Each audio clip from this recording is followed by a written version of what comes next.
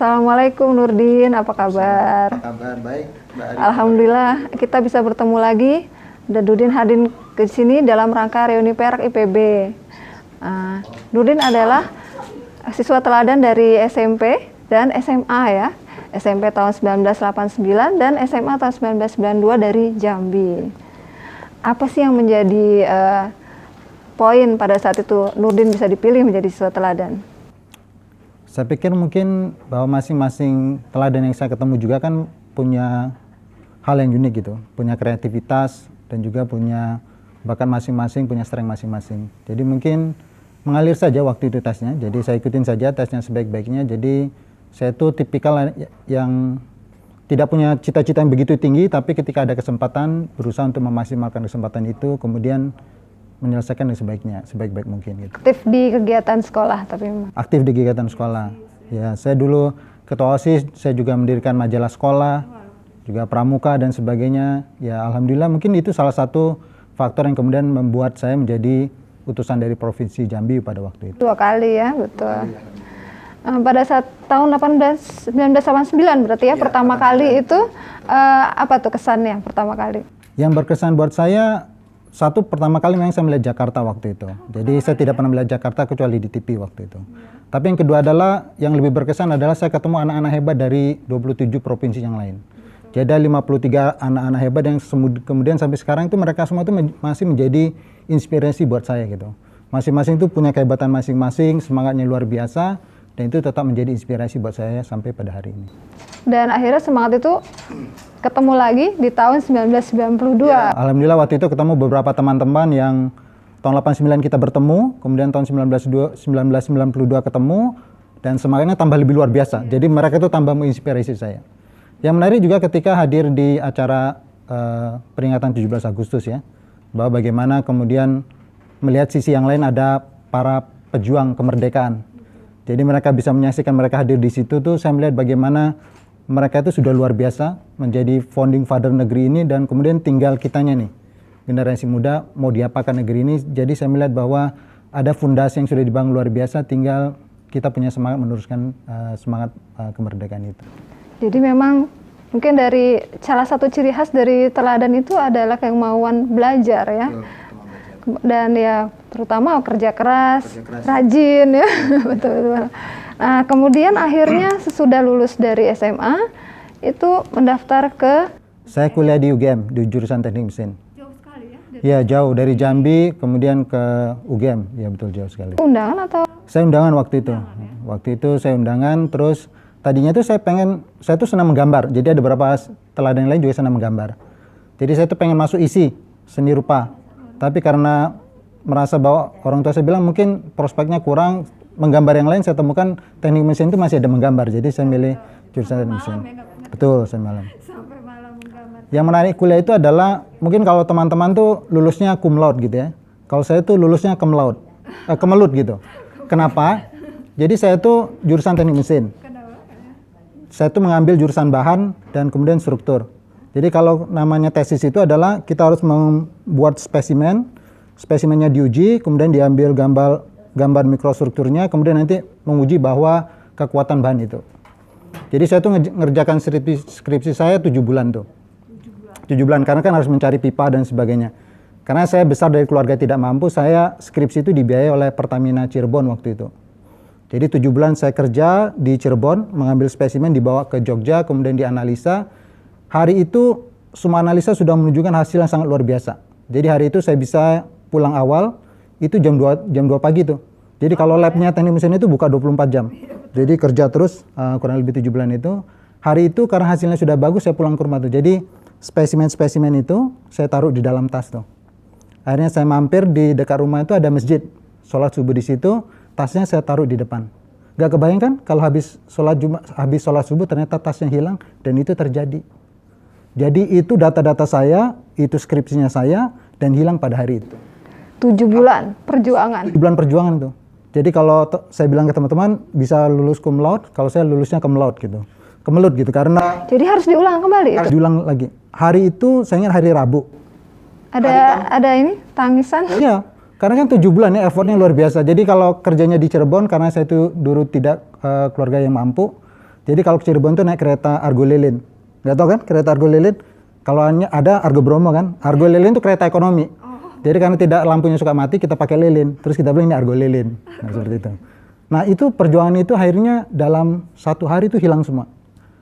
Hari itu pagi itu yang saya lakukan, saya ke kantor-kantor radio menyiarkan. Jadi kalau memang mereka mau ambil tasnya, ambil saja tasnya, tapi kembalikan tuh. Karena kalau buat teknik mesin, satu barang ujinya mesti ada, hasil analisnya mesti ada. Akhirnya hari itu saya tuh kayak langit tuh runtuh menimpa kepala tuh. Karena barangnya hilang 7 hari, berarti 7 bulan, berarti kan saya harus kerja lagi tuh. Hari Kamis, saya sudah merasa tidak ada yang mengembalikan. Jumat pagi saya sudah naik Argo Lilin lagi dan saya ke Cirebon lagi. Mau mengulang Mengulang lagi gitu. pada saat itu benar-benar diuji, Ya. tapi pada saat itulah mungkin ada hikmahnya yang bisa diambil pada saat itu. Ya, jadi salah satu yang saya belajar sampai sekarang adalah life is never flat gitu. Bahwa kita tuh tidak merasa bahwa hanya punya plan A tapi tidak punya plan B dan tidak punya backup plan. Siapa yang menyangka ya pada saat itu? Tidak ada. Tidak ada menyangka. Dan itu sampai sekarang saya tanamkan ke teman-teman di tempat kerja gitu. If you plan A, must be have plan B gitu. Nah, yang suka terjadi adalah mereka punya backup plan, tapi backup plan-nya itu tidak bisa di-execute, maka itu bukan backup plan. Nah, itu yang saya lihat bahwa kita kurang di situ. Kita tuh hanya satu punya plan, tapi tidak pernah punya antisipasi kalau plan itu akan berubah dan kemudian antisipasi. Alhamdulillah Pak Ijin lulus ya. Alhamdulillah akhirnya saya lulus, walaupun akhirnya tidak cum laude, tapi paling tidak saya selesai dalam waktu 4 tahun 9 bulan lah paling tidak. Luar biasa. Saya rasa tidak banyak ya yang bisa menghadapi itu dan tidak down pada saat itu, tapi Nurdin berhasil bangkit lagi, balik ke Cirebon walaupun dalam 7 hari seperti orang bingung mungkin ya, tapi kembali lagi dan memulai dari awal itu luar biasa ya. Mungkin nggak semua orang, ada yang mungkin udah saya menyerah atau bahkan mungkin mengambil topik yang baru, tapi Nurdin mengulang kembali, itu udah poin yang luar biasa dari Nurdin. Akhirnya pada saat itu mungkin di Pertamina mengenal bidang perminyakan ya. Dan sudah lulus langsung mendaftar ke ExxonMobil ya. Mobil oil waktu itu. Sulit tidak waktu itu pada saat tesnya itu mereka mengunjungi beberapa kampus. Jadi waktu itu saya melakukan tes di Jogja di UGM. Karena waktu itu lama gitu ya prosesnya, kemudian saya melamar ke tempat yang lain gitu. Karena setelah proses selesai, proses berikutnya tidak dipanggil lagi. Karena waktu itu kan tahun 98 ketika ekonomi juga sedang tidak bagus waktu itu. Akhirnya saya melamar di anak perusahaannya Astra waktu itu, di program manajemen trainee. Surprise, senang bisa kerja kan, karena menunggu yang mobil oilnya masih lama atau ExxonMobil masih lama, saya kerja di situ. Tapi hanya berlangsung 1,5 bulan, kemudian diminta mengundurkan diri gara-gara ekonomi sulit waktu itu. Ini pelajaran buat saya lagi, bahwa punya plan A, tapi tidak punya plan B, you cannot be success. Jadi pada saat itu, apa yang dilakukan? Waktu itu akhirnya saya menyiapkan lamaran lagi dan sebagainya. Alhamdulillah kemudian September 20 tahun yang lalu saya dipanggil untuk bekerja di mobil oil, ExxonMobil. Dari yang pertama kali itu, jadi panjang ya? Panjang prosesnya, hampir 6 bulan, 7 bulan mungkin proses. Mungkin karena keadaan ekonomi pada waktu ini tidak menguntungkan. Pada saat itu ditempatkan di Aceh. Jadi saya tempatkan di Aceh, kemudian akhirnya saya ditempatkan ke Jakarta, kemudian akhirnya juga ke Melbourne pada waktu itu. Kemudian ya muter di beberapa operasi ExxonMobil termasuk di kantor pusatnya di Amerika. Apa kesan-kesannya di bidang perminyakan selama ini yang sudah banyak sekali turun naik mungkin ya, tapi selama ini apa yang menurut Nurdin yang bisa diambil dari bekerja di perminyakan? Banyak hal ya. Pertama adalah kita mesti tahu bahwa minyak itu tidak terbarukan gitu. Dan hari ini minyak-minyak itu tidak lagi didapati di dataran, di onshore, tapi semua ada di tengah laut dalam, kemudian ada di Antartika dan sebagainya gitu. Dulu saya pernah mensupport Alaska. Alaska itu saja untuk mengebor minyak tebal ice-nya saja itu 1,5 meter gitu. Makanya ngebornya dari daratan sejauh kemudian 12 km. Nah, masalahnya adalah buat kita di Indonesia nih, bahwa ternyata kita tidak punya cadangan minyak yang banyak. Nah, apa yang kemudian bisa tetap kita menghadirkan minyak adalah ketika kita punya inovasi. Kita punya inovasi dan kita juga punya semangat hemat energi. Kalau kita bicara tentang industri migas, nanti tahun 2040 kita butuh 25% kenaikan suplai bahan bakar. Padahal pada waktu itu bahan bakar sudah tidak lagi gampang dicari, kalaupun ada ongkosnya sangat mahal. Apa kemudian bisa men-unlock itu adalah kalau kita punya teknologi, kita punya semangat men-unlock beberapa boundary yang ada, kemudian juga terkait dengan bagaimana kemudian energi itu bisa murah, bisa memberikan kebaikan kepada lingkungan, kemudian bisa terjangkau dan juga bisa merata kepada semua pihak gitu. Nurdin dari awal, maksudnya bisa dari awal ya, awal karir itu sudah di Exxon Mobil. Apa yang membuat keputusan Nurdin untuk loyal gitu, maksudnya tidak mencoba, mungkin pasti ya, di awal-awal mungkin ada ya, ada tawaran di sini, tawaran di situ, apa yang membuat? Yang membuat saya betah adalah selama 20 tahun di Exxon Mobil saya sudah 15 kali ganti pekerjaan.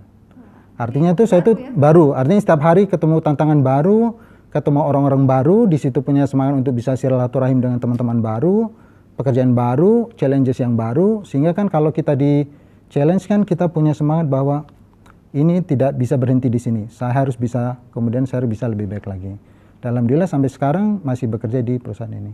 Yang menarik adalah bahwa saya pernah mensupport beberapa operasi Exxon Mobil di seluruh dunia.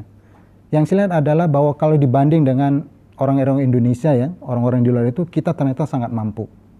Artinya baik dari segi analytical thinking, kemudian ownership, kemudian semangat dan sebagainya.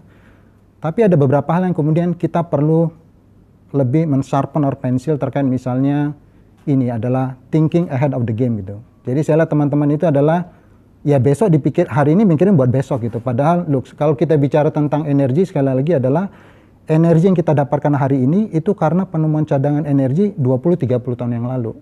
Jadi kalau kemudian kita misalnya menanam padi, kita bicara 6 bulan atau lebih dari situ.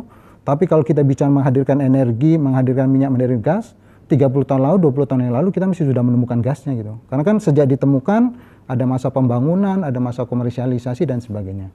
Itu yang pertama saya lihat bahwa thinking ahead of the game. Yang kedua tadi itu, backup plan. Itu yang kemudian menjadi favorit saya kalau ketemu dengan teman-teman di kantor. Yang ketiga adalah taking ownership itu.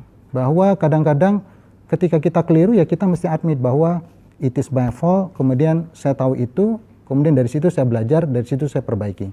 Kalau kita tidak pernah mengadmit bahwa kita pernah salah, kita tidak pernah tahu bahwa kita pun punya banyak ruangan untuk mengimprove, memperbaiki diri kita. Malah mungkin harus salah ya untuk bisa. Iya, karena dari situ nanti belajar yang palingnya itu kalau belajar ketika salah loh.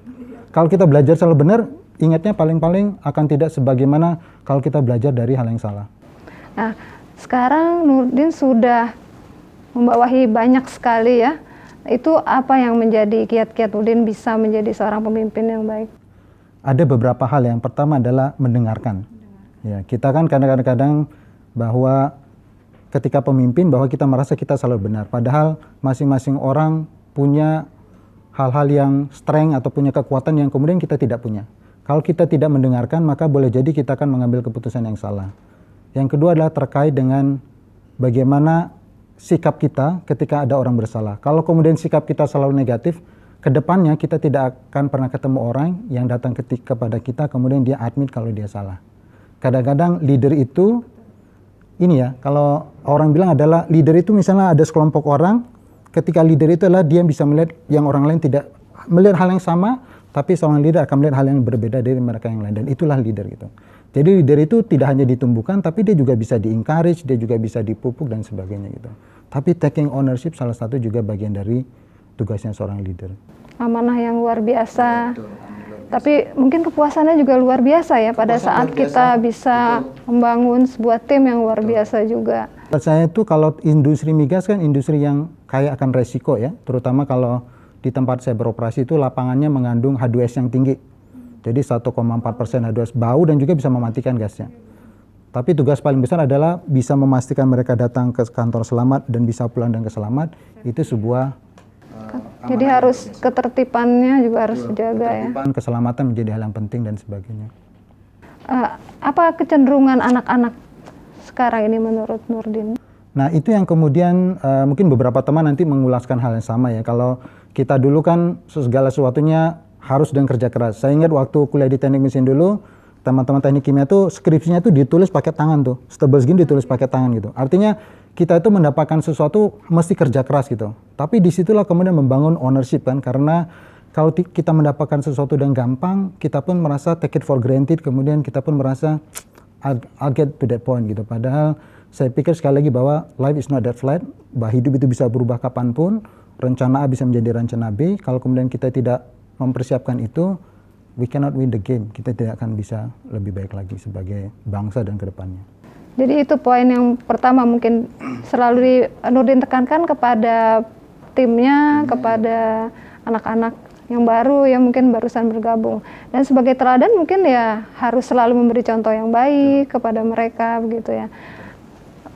Pada saat ini apa next project atau apa yang menjadi tujuan ke depannya bagi Nurdin? Yang ke depan kalau pekerjaan kebetulan tempat saya beroperasi itu menjadi produksi minyak terbesar di Indonesia. Jadi kita memproduksi lebih dari 27% produksi nasional. Jadi amanah yang sangat besar. Buat saya adalah sebagai bangsa Indonesia terutama mengerjakan proyek ini adalah bagaimana produksi lapangan saya bekerja ini bisa terus berkembang, lapang Banyurip namanya. Kemudian bisa terus jalan karena kalau kita mati berarti 27% minyak nasional berkurang dan itu sangat signifikan. Yang kedua tidak kalah penting buat negara adalah terkait dengan biaya operasional gitu atau cost recovery istilahnya. Jadi buat saya 3 hal. Keselamatan, yang kedua adalah menjamin produksi tetap jalan karena penting buat negara 27% produksi nasional.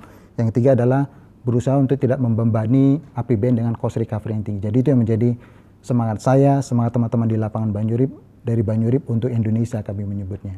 Luar biasa ya, jadi untuk seluruh Indonesia ini semuanya itu. Terakhir, sebagai seorang ayah juga ya mungkin, apa yang menjadi pesan untuk anak-anak? Buat saya tadi sama ya, kepada anak-anak saya juga sampaikan, walaupun mereka juga bilang, itu kan generasi ayah gitu.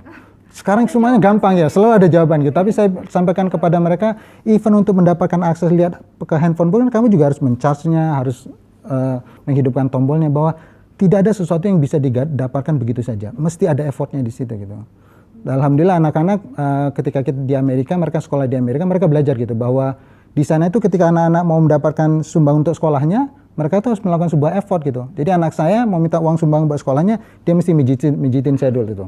Nah itu di sini yang kemudian saya pengen anak-anak di sini juga begitu, bahwa even untuk kebaikan menyumbang anak-anak di tempat sekolahan pun mestinya mereka mendapatkan itu dengan sebuah effort yang dilakukan gitu. Hanya menyodorkan sumbangan. Betul. Dan sampai sekarang anak-anak saya ajarkan untuk begitu, bahwa betul, itu yang kayaknya mungkin sesuatu yang PR nih untuk semua, bahwa kita tidak hanya menyodorkan proposal tapi ada yang diberikan kepada para pemberi gitu ya.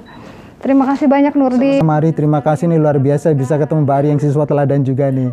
Terima kasih, mudah-mudahan semakin sukses dan tidak berhenti menyumbang kepada Indonesia. Terima kasih.